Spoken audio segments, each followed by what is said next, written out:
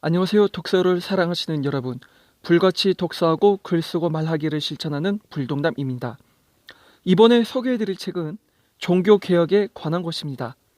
유럽 역사에 있어 종교개혁 사건은 빼놓을 수 없을 만큼 중요한 사건이죠. 오늘 이 시간에는 종교개혁이 일어나게 된 원인과 어떤 식으로 투쟁해 왔었는지 간단히 살펴보도록 하겠습니다.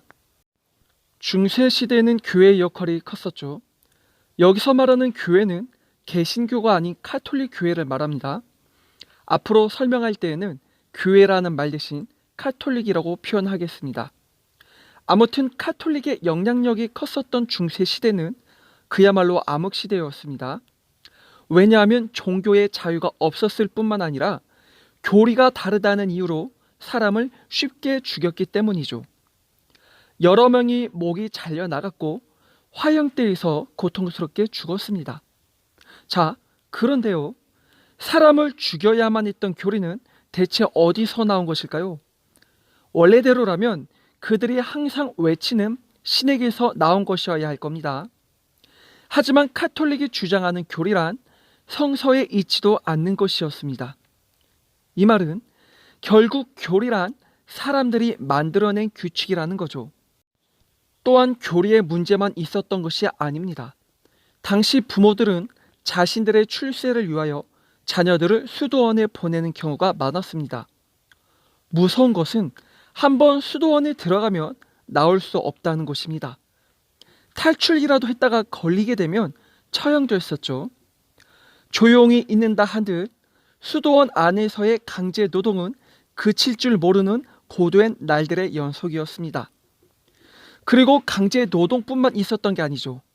어린 소녀들에게는 추악한 짓을 했는데요. 종교 지도자들이라고 하는 사람들이 어린 소녀들을 성놀이개감으로 삼아 자신들의 음란 욕구를 채운 것입니다. 콘스탄츠 주교 관구만 보더라도 1500명의 사자 아이들이 태어났다고 합니다. 이런 일은 사제에게만 해당되는 것도 아닙니다. 카톨릭 교황 중에는 알렉산데르 6세가 있습니다. 그는 자신의 사생아와 근친 상간까지 벌였죠. 카톨릭의 부패는 여기서 그치지 않고 돈만 내면은 죄를 사함 받는다는 면죄부를 팔기 시작했습니다. 성서에는 면죄부와 같은 내용이 전혀 있지도 않는데 말이죠. 어찌 보면 면죄부 사건은 종교개혁을 일으키는 결정적 계기가 되었을 정도로 최고로 부패된 모습을 보여주는 것이었습니다. 돈이 떨어지면서 내는 쨍그랑 소리가 과연 죄를 없애줄까요? 분명한 건 돈을 받는 사람은 물질에 대한 탐욕으로 인한 것이고 돈을 내는 사람은 자기 위로를 위해 낸 것이라 할 수 있습니다. 도덕적 윤리의 타락마저 의심케 만드는 일이죠. 중요한 것은 죄 사함은 오직 예수님을 믿을 때만이 가능하다는 것입니다. 면죄부와 같은 일들은 지금의 사람들이 보기에는 납득할 수 없는 일일 것입니다. 그럴 만도 한 것이 당시 카톨릭은 일반 국민들이 성서를 갖는 것을 금지시켰습니다. 말씀을 듣기 위해서는 오직 카톨릭 교회를 통해서만 가능했었죠. 하지만 이 역시 무용지물입니다. 왜냐하면 사제들마저 성서를 모른다는 것이죠. 모르는 것도 한심한데 여기에 더하여 카톨릭의 유리한 말들을 만들어 설교했다는 사실이죠. 또한 중세시대의 설교는 카톨릭에서 지정한 내용만을 가지고서만 해야 했습니다. 즉, 이 말은 설교에 대한 자유가 없다는 것이죠. 만약 자유로이 내가 하고 싶은 하나님의 말씀을 가지고서 말씀을 전한다면 이 사람은 범법자가 되는 것입니다. 교황권에 대해서도 알아볼까요? 많은 종교개혁가들이 교황권 제도를 부정했습니다. 왜냐하면 성서에는 교황권에 대한 언급이 없기 때문입니다. 존 위클리프라는 종교개혁가는 교황을 빗대어 적 그리스도라고 표현까지 했었죠. 관습과 제도 면에서도 보도록 하겠습니다. 당시 카톨릭의 사제들은 결혼을 하면 안 됐는데요. 그런데 이 같은 강압적 독신주의는 성경에 나와 있지도 않습니다. 이처럼 카톨릭의 부패는 종교적 자유를 무참히 짓밟고 있었는데요. 하지만 어려운 시기에도 종교개혁의 씨앗은 배태되고 있었습니다. 억압 속에서 훌륭한 종교개혁가들이 나온 것이죠. 그들의 공통된 주장은 한결같이 같습니다. 성서로 돌아가자입니다. 마르틴 루터는 면죄부 사건과 성유물을 보면 연옥의 고통에서 구원받는다라는 현혹스러운 말에 의인은 믿음으로 말미암아 살리라 라고 외쳤던 사람이고요. 에라스무스는 우신 예찬이라는 책을 써서 카톨릭의 부패를 풍자했습니다. 울리 츠빙글리는 카톨릭의 사순절 기간에 금지시킨 고기 먹는 일을 행함으로 성서의 권위를 더욱 주장하려 했었고, 얀 후스 역시 빗나간 교황권을 비판했죠.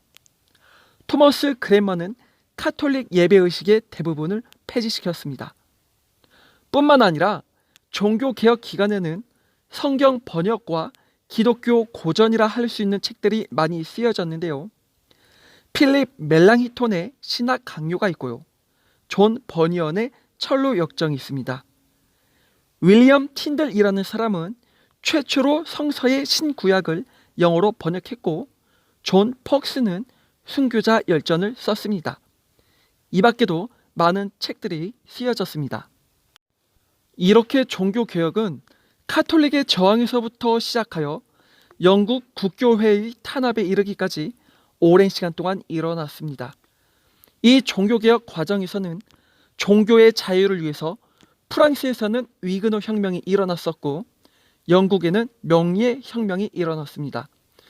특히 명리의 혁명은 입헌 군주제의 계기를 마련했죠. 또한 잉글랜드에서 신앙을 위해 신대륙으로 떠나 미국을 세운 필그림 파더스들이 있었죠.